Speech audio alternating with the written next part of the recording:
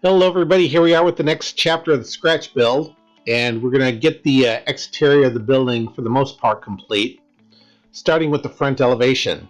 I went to my stash of doors and windows and I tried to find something that would work that looked like the outside of a convenience store, but what I had didn't make me particularly happy, so I scratched that plan and drew what I thought would look more like a convenience store, and I'll explain more on that later. Let's see here, you got me setting up everything. I'm drawing a line here where the awning is going to go, and then kind of sketch out the window and door. And here shortly I'm going to realize that I made a mistake. And that mistake is you want to make sure that you have the end of your line done before you mock up your windows and doors. So with the decision made, happy with the fronting and getting the sizing right, we'll cut the plastic off at the line and then cut the plastic to fit the store-bought door.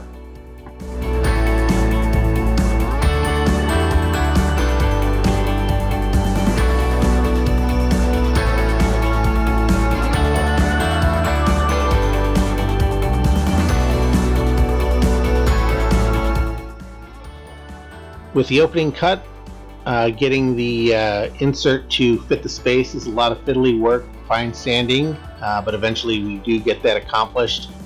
And then the next thing we're going to do is cut out the window, and this is a bunch of straight cuts.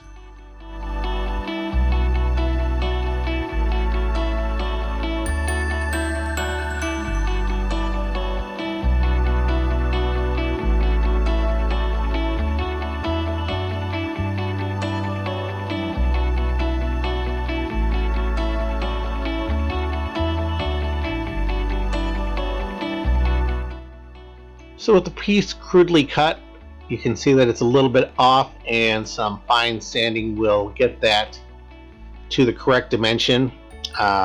Just being very careful to measure out how much material you're going to take off is key to making this square up. But eventually it does get to a point where it's satisfactory and square.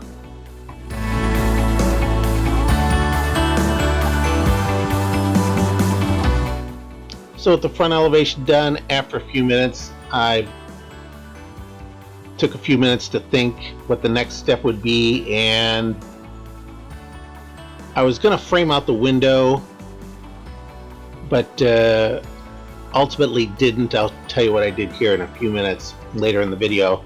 But after thinking about it, the next step was to put the remaining exterior walls on the building and get me to the building shell.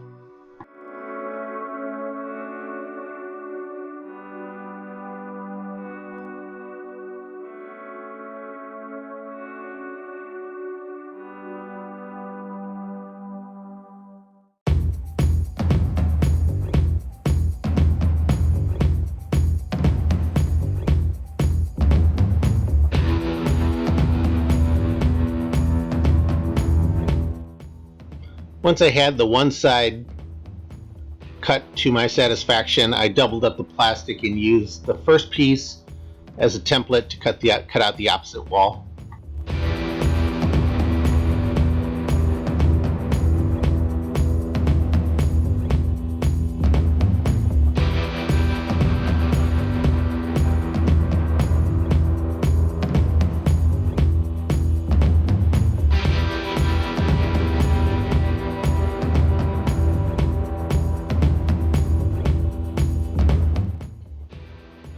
And as many times in these videos you've seen me using the process of leave it long and then cut it back so that all the sides measure up square. And earlier in a past video, or in a prior video, you saw me glue the back end on the building.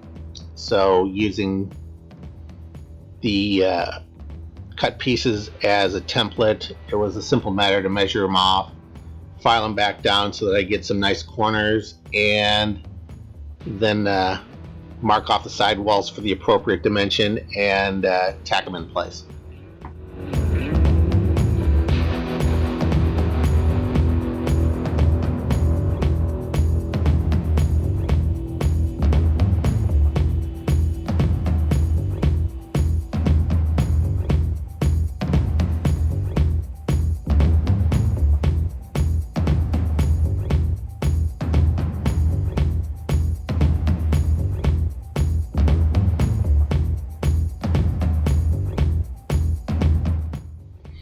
Now, if you notice on the two opposing sides on the short walls, the walls stick up above. That's not a roof line there necessarily. It is on the right side looking at the building, but it's not on the left. That additional material is there deliberately to allow me some thickness to put in a wall. Now, the rear wall is the actual height of the building that the roof piece of plastic there off to the right rests on. But you'll see here in a minute when I do the rest of the roof how that additional fraction of an inch comes into play when I build the roof.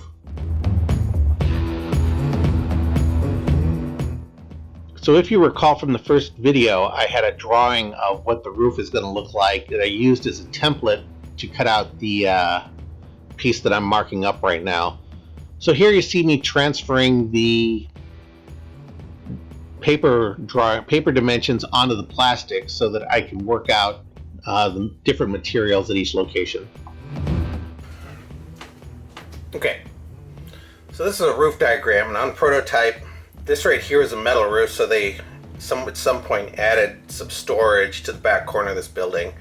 This right here, it's not flat roof, but it's pretty darn close. I mean, it's got a really kind of wonky 412 slope to it, so it's really gentle. It goes up, but I'm going to do this as a flat roof.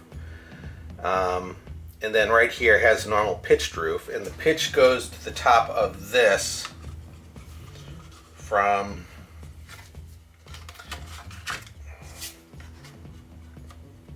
there to there, and that's going to be pretty straightforward to manage. So we're going to have a little architectural piece that's going to cover up that gap.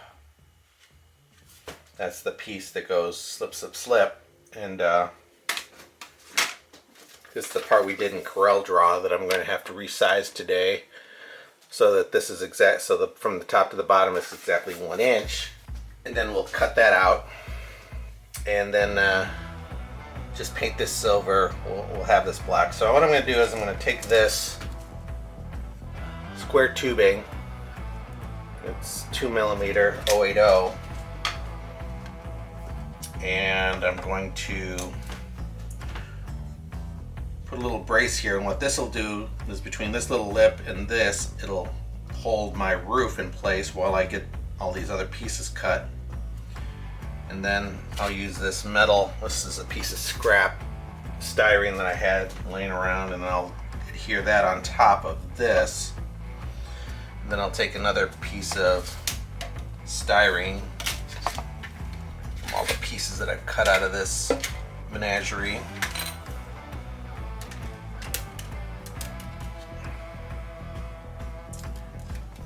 I don't know if I'm going to put it on top of there, but I'm just going to maybe glue it inside there, like that.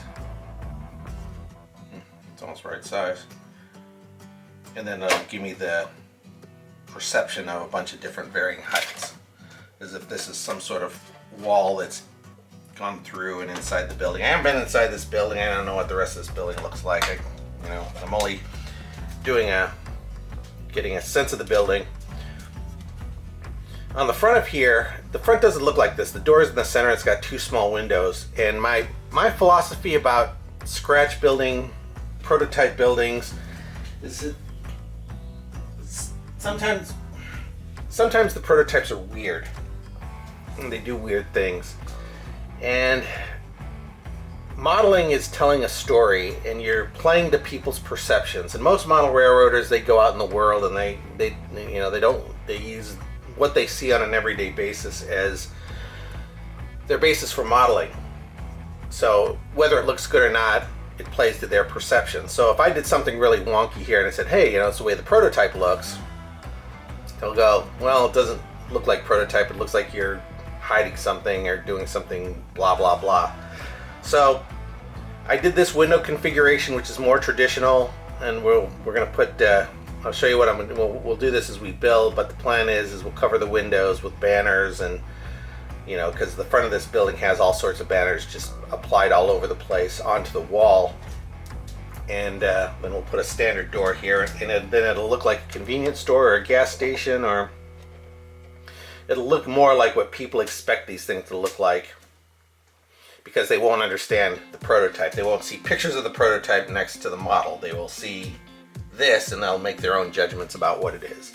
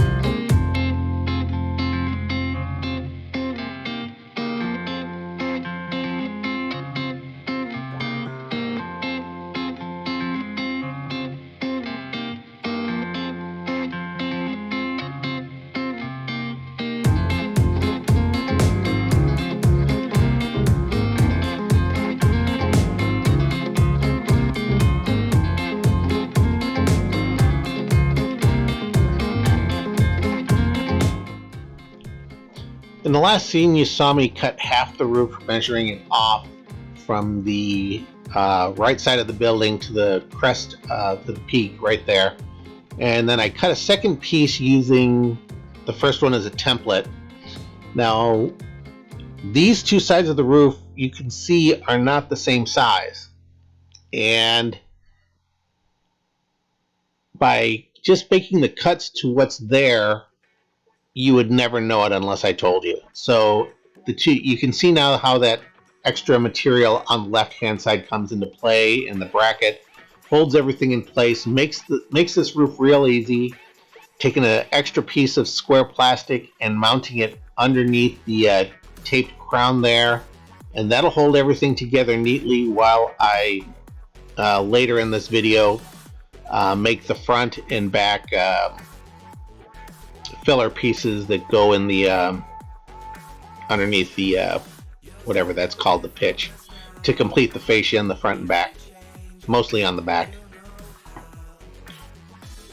The back was looking pretty bare, so I thought it would be a good idea to put another door in back so that they have an access to their garbage cans. And you can see that I put a little piece of styrene where the flat wall meets the pitched roof, and that's to represent the an interior wall that was there for construction. It's a detail, nobody's gonna see it, but makes me happy.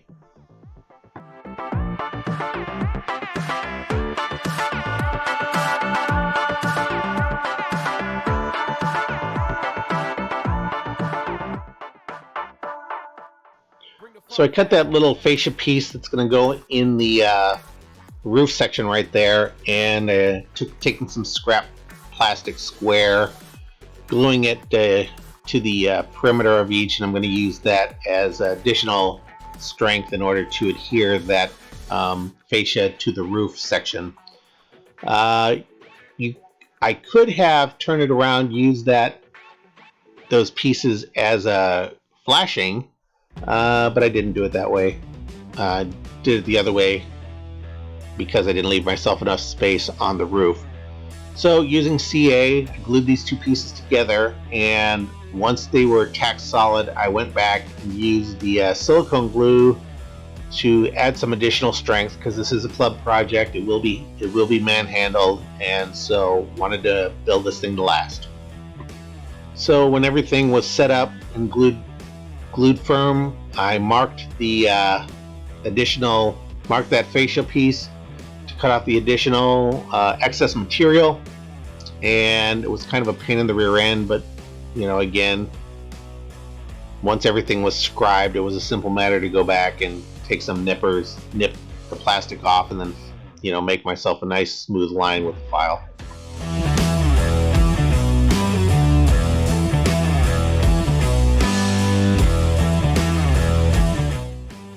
So with everything tacked in place, I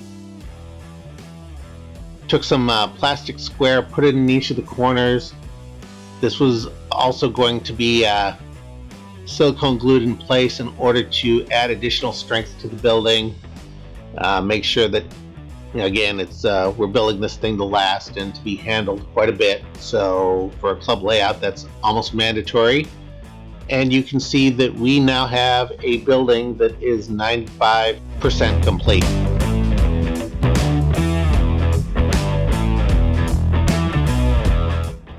A couple details to note. You see, in order to add additional strength at the front window, I glued a second piece of plastic behind the front facade, and I will eventually cut that out and then put clear plastic in there. And I also went to Corel Draw to make my last awning piece for the front elevation there, and that will take myself to 99% complete on the structure. Thank you all for watching the video, and we will see you on the next chapter, probably next week or the week after.